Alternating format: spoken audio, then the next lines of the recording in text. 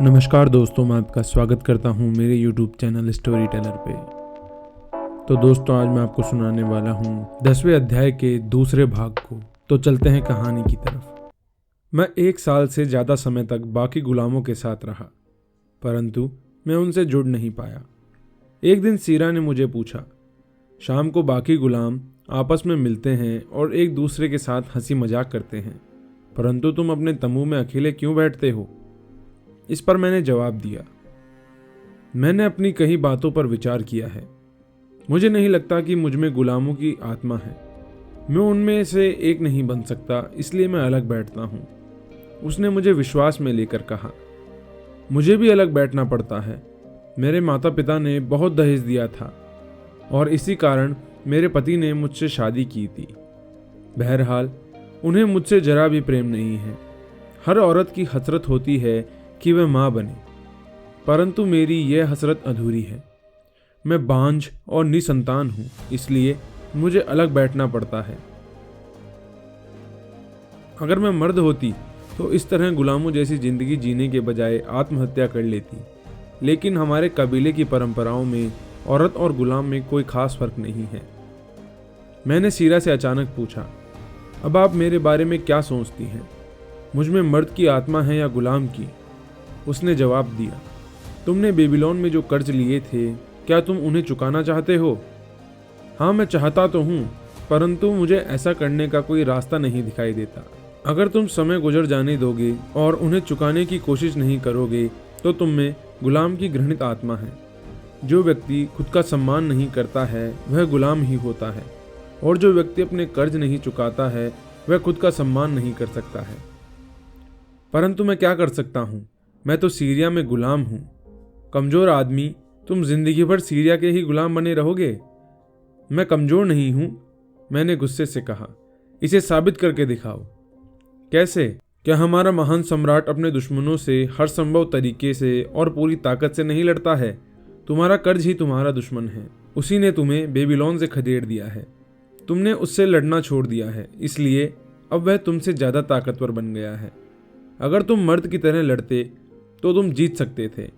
तब शहर के लोग तुम्हारा सम्मान करते, परंतु तुम में उससे संघर्ष करने का हौसला नहीं था।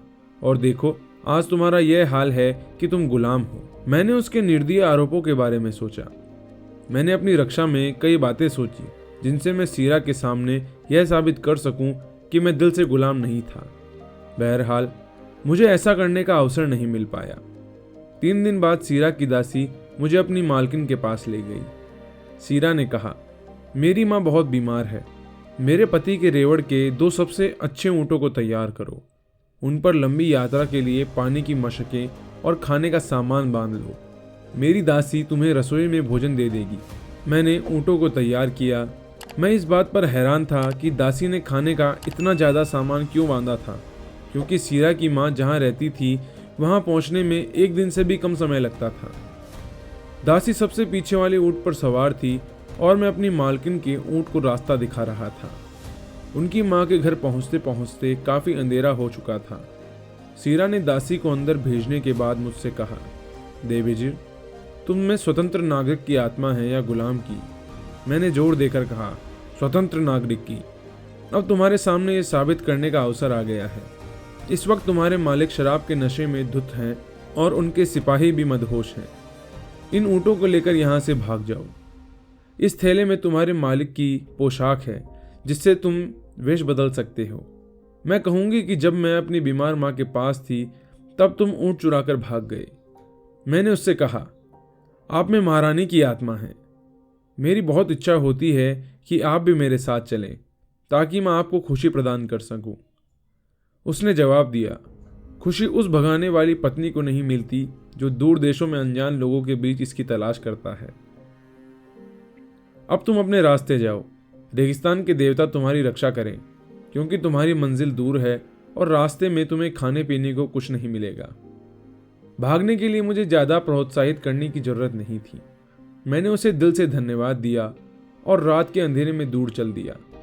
मुझे उस अजीब स्थान का कोई ज्ञान नहीं था और सिर्फ एक हल्का सा आभास था कि बेबीलोन किस दिशा में है।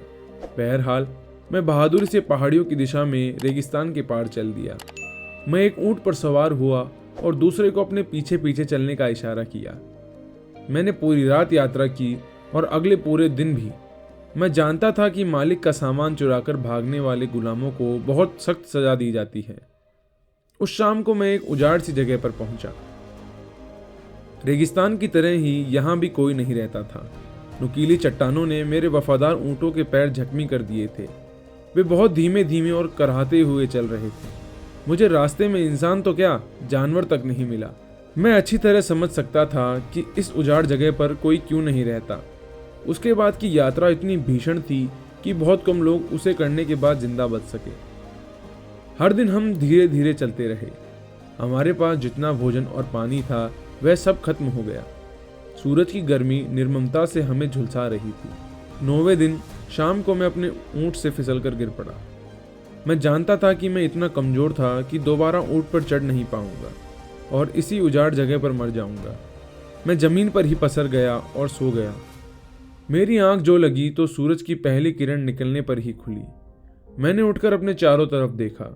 सुबह की हवा में ठंडक थी। पास में ही मेरे ऊंट लेटे थे जो बहुत उदास दिख रहे थे। मेरे आसपास बर्बादी का आलम था, जहां चट्टाने, रेत और कांटेदार चीजें थीं। वहां पर पानी का नामो निशान नहीं था। इसके अलावा वहां पर इंसान या ऊंटों के खाने के लिए कुछ भी नहीं था। क्या यह हो सकता है कि इस वीराने में ही मैं इस दुनिया से चला जाऊंगा? उस समय मेरा दिमाग जितनी स्पष्टता से सोच रहा था उतनी स्पष्टता से इसने पहले कभी नहीं सोचा था। अब मेरा शरीर बहुत कम महत्वपूर्ण लग रहा था। मेरे होंठ सूखे थे और उनसे खून निकल रहा था। मेरी जीभ सूखी और सूजी हुई थी। मेरा पेट खाली था, परंतु पिछले दिनों इन सब से मुझे जितना भीषण दर्द हो रहा था अब वह गायब हो चुका था। मैंने एक बार फिर खुद से यह सवाल पूछा, मुझ में स्वतंत्र नागरिक की आत्मा है या गुलाम की? फिर स्पष्टता से मुझे एहसास हुआ कि अगर मुझ में गुलाम की आत्मा होती तो मैंने हार मान ली होती। रेगिस्तान में ही पसरकर मर गया होता, जो एक भगोड़े गुलाम का उचित अंत होता। परंतु अगर मुझ में स्वतंत्र नागरिक की आत्मा है तो फिर निश्चित रूप से मैं बेबीलोन तक पहुंचने की कोशिश करूंगा। अपने पर भरोसा करने वाले लोगों का कर्ज चुकाने की कोशिश करूंगा। अपनी प्रेम पूर्ण पत्नी को खुशी दूंगा और अपने माता पिता को शांति तथा संतुष्टि प्रदान करूंगा। सीरा ने कहा था, तुम्हारा कर्ज ही तुम्हारा दुश्मन है। उसी ने तुम्हें बेबीलोन से खदेड़ दिया है। हाँ, यह सही था। मर्द की तरह उसका मुकाबला क्यों नहीं किया? मैंने अपनी पत्नी को मायके क्यों भेज दिया? फिर एक अजीब चीज हुई।